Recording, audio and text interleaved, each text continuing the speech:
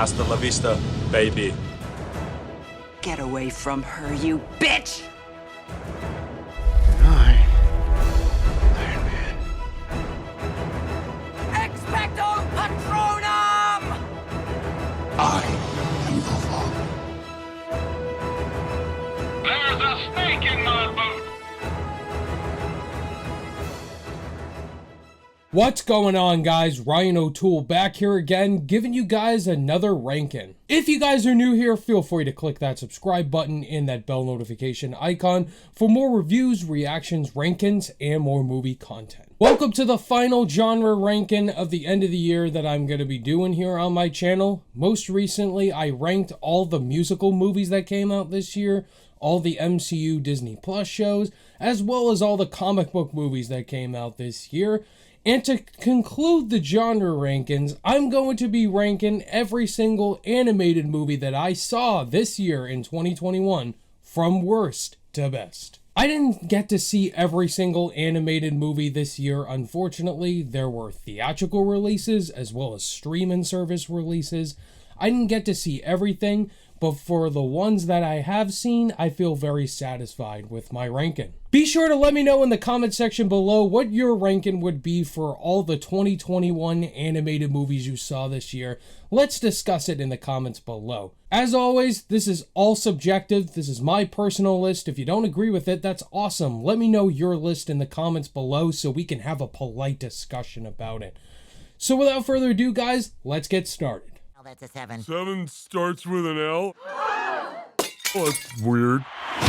The SpongeBob movie, Sponge on the Run. Now, the previous SpongeBob movies that came out, I enjoyed the first one. In Sponge Out of Water, I enjoyed that as well. I'm a big SpongeBob fan. I feel like Steven Hillenburg himself would be offended by this movie. I just did not like this film at all. It was nothing but setup for this new show they're doing. And Paramount Plus just really didn't put the passion project into this movie. SpongeBob and Patrick are unfunny in this film. Squidward's even more annoying. And if I'm being completely honest, kids should definitely not watch this movie. There are way better animated movies to show your kids. And just show them the original SpongeBob series, the first 6 seasons, not this garbage. This summer, they will rise. Trollhunters Rise of the Titans. I have no fan base or nostalgia for the Trollhunters franchise. A lot of people hated my review for this movie because they're diehard, passionate Trollhunters fans. This movie was hot garbage. And it's definitely one of the more forgettable movies I saw this year. I forgot pretty much everything about it when I saw it on Netflix. No good jokes, terrible characters, and not a good message for kids. I know there is a fan base for this movie out there. I'm glad you enjoyed this one, but for me, definitely one of the worst animated films I've seen this year.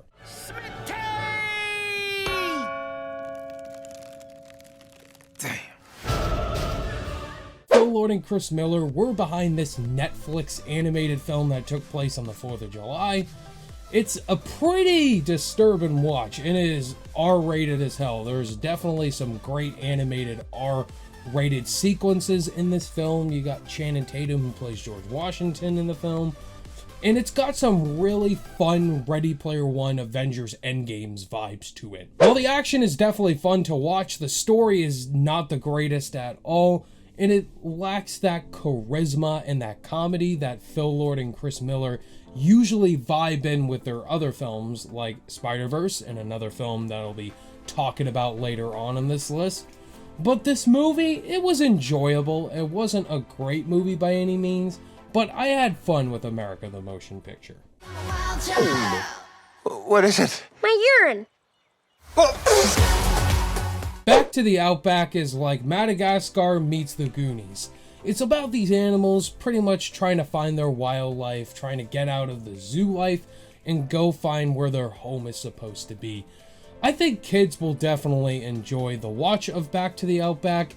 It doesn't provide anything original or unique to the animation genre, but the animation is colorful and sweet. The animation is nice, the character designs are very adorable, it's very innocent, While the story definitely isn't the most complex storyline for an animated film, but it is fun if you enjoy the Madagascar series, then I think you'll have some enjoyment with Back to the Outback. As far as I can see, I got everything I need. Another Netflix animated film from Sony Pictures.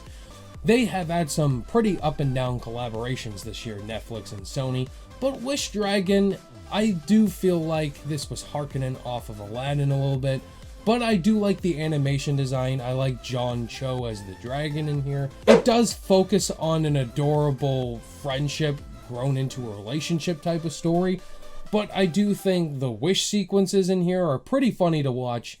Overall, it is nowhere on the same level as Aladdin, but I think Wish Dragon did its job very well. It's an all-around solid kids movie. Isn't something money can't solve? What the fudge? Probably one of the more unnecessary sequels, but actually I didn't hate it. Type of movies, that would be the Boss Baby Family Business. If you ask me, The Boss Baby may be the worst DreamWorks movie I've seen. I reviewed the movie back in 2017, and I was just like, what the heck did I just watch? But the sequel, it has some surprising good humor in it and good mature storylines to it. The characters are wacky and goofy and fun.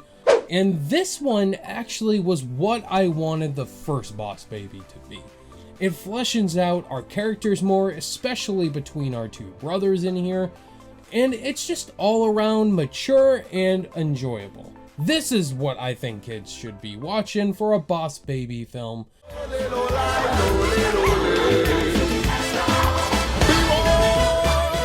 Vivo was very anticipated movie for me because it's Lin-Manuel Miranda. He plays the monkey Vivo in here. I love his relationship with his then deceased partner, but he just goes out of his way to deliver his song to the girl, the woman that his friend loved. And it is a little bit clunky at times. The storyline kind of loses its flavor in the second act. Alex Lacamoire has done some great music with Lin, and the songs in here are definitely electric. And I've jammed out to it once in a while. So I really enjoyed Vivo. It's not better than the 4 other animated films we're going to be talking about very soon.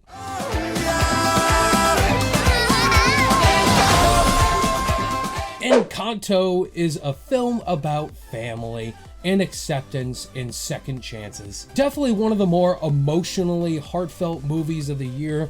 It's got some great, wonderful characters to it, especially our lead character. And the music. What more can I say about Lin's music? It never disappoints. The animation is top tier. Definitely one of the best animated movies of the year. There are 3 better ones in my opinion, but Encanto is gorgeous.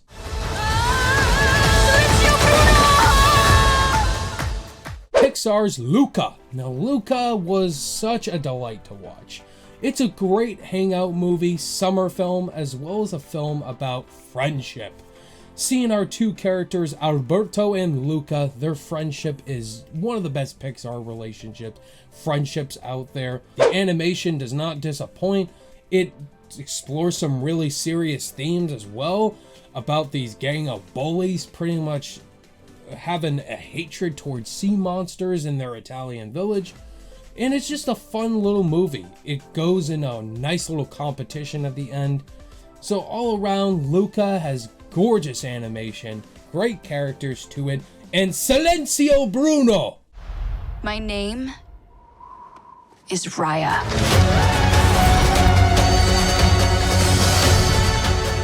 Raya and the Last Dragon is such an entertaining, gorgeous, fantastic Disney film. I just really love this film. Kelly Marie Tran as Raya, one of the more badass, complex female characters from the Disney era. And it's a film just about loss, as well as resurrecting something that happens, and especially with the father.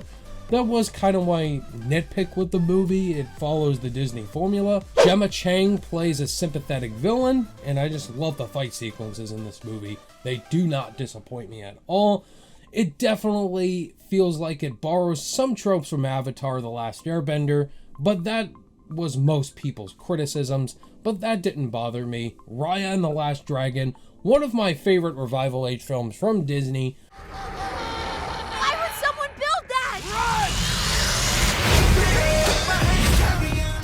Absolutely no competition for my favorite animated movie of 2021, The Mitchells vs. the Machines. This movie is a masterpiece. Going into it knowing absolutely nothing, and then finding out 2 seconds later Phil Lord and Chris Miller produced it, I'm like, I'm in for something special, and this movie is absolutely special. Not only is it a robot apocalypse film where robots and technology are taking over the world, this is what our future's gonna be, but it's a movie about family. This movie is amazing. I've seen it 3 times, and it's easily my favorite animated movie of the year. There you have it, guys. That was my ranking for all the animated movies of 2021 that I have seen. Rank worst to best. What's your guys' list? I'm sure it's different than mine. Let's discuss it in the comments. Now, next is my top 10 best and worst movies of the year videos, as well as my most anticipated movies of 2022 videos. Look forward to those videos coming up, guys. You are all the best. All the social media links are in the description below, and I'll see you guys in the next video. Bye!